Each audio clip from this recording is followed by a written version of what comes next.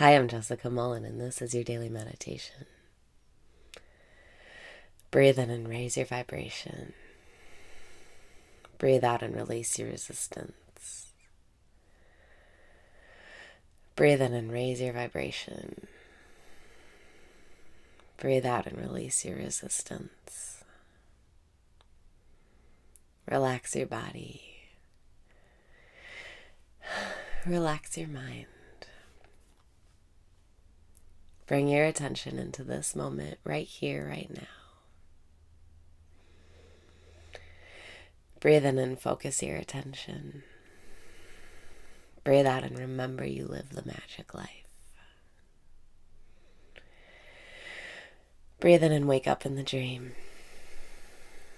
Breathe out and smile. You're awake in the dream.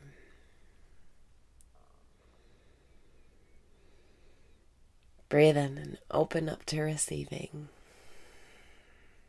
Breathe out and remember everything's perfect and in its place. You don't have to change a thing. You don't have to change yourself at this moment. Let's just relax and practice loving and accepting unconditionally. Breathe in and say, I love myself. Breathe out and feel loved. Breathe in and say, I accept myself unconditionally. Breathe out and feel accepted unconditionally.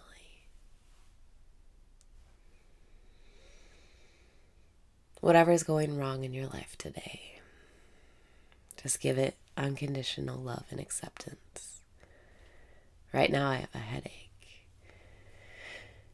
and I can choose to resist it, or I can choose to love and accept it exactly the way it is.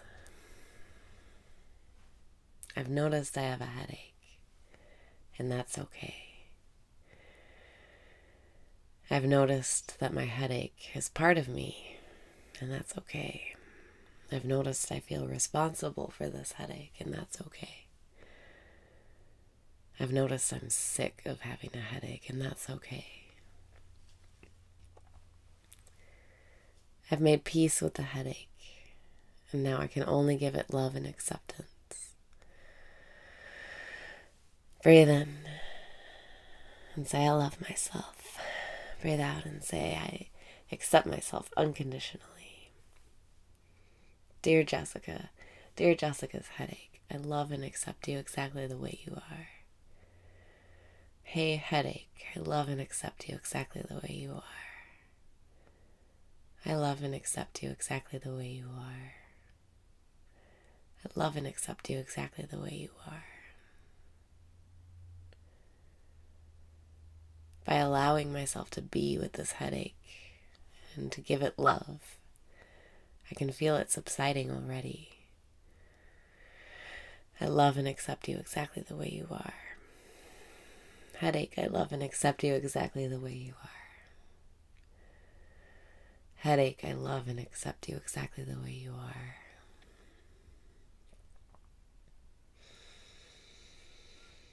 Breathe in and feel healed. Breathe out and be healed. Breathe in and practice giving yourself love. Breathe out and practice accepting yourself unconditionally. Jessica, I love and accept you exactly the way you are. Jessica, I love and accept you exactly the way you are. I love and accept myself exactly the way I am. I love and accept myself exactly the way I am. Breathe in and love and accept yourself exactly the way you are. Breathe out and feel excited because you're a healer. And it's easy to heal, and you just heal with love and acceptance. Instead of resisting the malady, just love it. And then it gets the attention that it wants, and then you figure out what it is that's causing the thing in the first place, and your body feels loved, and you feel loved, and then you can heal. Breathe in and be healed. Breathe out and feel your headache going away. You love and accept the headache exactly the way it is. Breathe in and be healed. Breathe out and feel relaxed. Be kind to your illnesses. Be kind to yourself. Everything wants is love and acceptance. And you have the power to give that love and acceptance. You can start by giving it to yourself and to your pains and your aches. And then you can turn it on the whole world. But just by giving yourself the love and acceptance you want, it is reflected in the whole world. Breathe in and say, I love and accept myself exactly the way I am.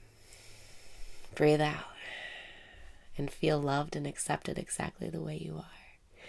You're perfect, and you don't have to change anything about this moment or about yourself. I love and accept you exactly the way you are. And now you are healed. Hey everyone, today I'm going to discuss evidence-based review about the evidence behind using mindfulness meditation as either a monotherapy or an adjuvant for chronic pain. And as you watch any of my previous videos, and if you haven't, make sure you do, you know I'm absolutely fascinated with mindfulness and meditation in general. And just in case you haven't watched any of my previous videos, I want to clearly define what mindfulness is. And it's bringing an awareness and openness and an acceptance to whatever is currently happening in the present moment. So it's not visualization or relaxation or self-talk therapies, positive self-talk, where you're trying to change what you're feeling. It's just trying to be aware and accepting and present with whatever is happening at this moment right now. And chronic pain is an area I'm absolutely fascinated in medicine, as I think it's so complex, but it's something I think currently right now we don't treat well enough. And I've had very interesting conversations with my family med preceptors, anesthesiologists, talking about, I think we're in this mindset, kind of like we're stuck in kind of with the infectious model care, where we think we know the agent, we can kill the bacteria and cure the disease. Where I think chronic pain, and our previous excellent video from a group out of Australia, so definitely make sure to check the link above, watch that video. It really describes chronic pain, beautifully illustrated in 5 minutes. But I think it's much more complicated than just a pill that's going to solve that problem. And it's one of the main reasons I'm so fascinated with anesthesiology and the application of anesthesiology in chronic pain, which I think is really cool. And I've seen some really cool results, seeing patients in family practice before the anesthesiologist giving the chronic pain injections and afterwards, and I've seen great results. But I think we can't just rely on interventions and surgeries. We have to promote and empower individuals. I think mindfulness meditation has very promising aspects. So what does the best available evidence? So I looked at a systematic review and meta-analysis done in the Annals of Behavioral Medicine, it published in 2017, that looked at 38 randomized clinical trials examining the use of mindfulness meditation either as a monotherapy or adjuvant to treat chronic pain. So overall, they found that there were statistically significant results of decreased pain, decreases in depression, and increases in both physical and mental well-being and quality of life. However, an important point to talk about in discussion is that they said there was a lot of heterogeneity in evidence, and that they described it as low quality evidence, mainly because it's heterogeneity, which basically means there's not a lot of consistency with the studies. The length of the intervention was quite low, and the sample size was quite small. So it's really hard to accurately determine an effectiveness. And obviously, in medicine, it's really important to understand what should be prescribed, how long, and what benefits can we realistically expect.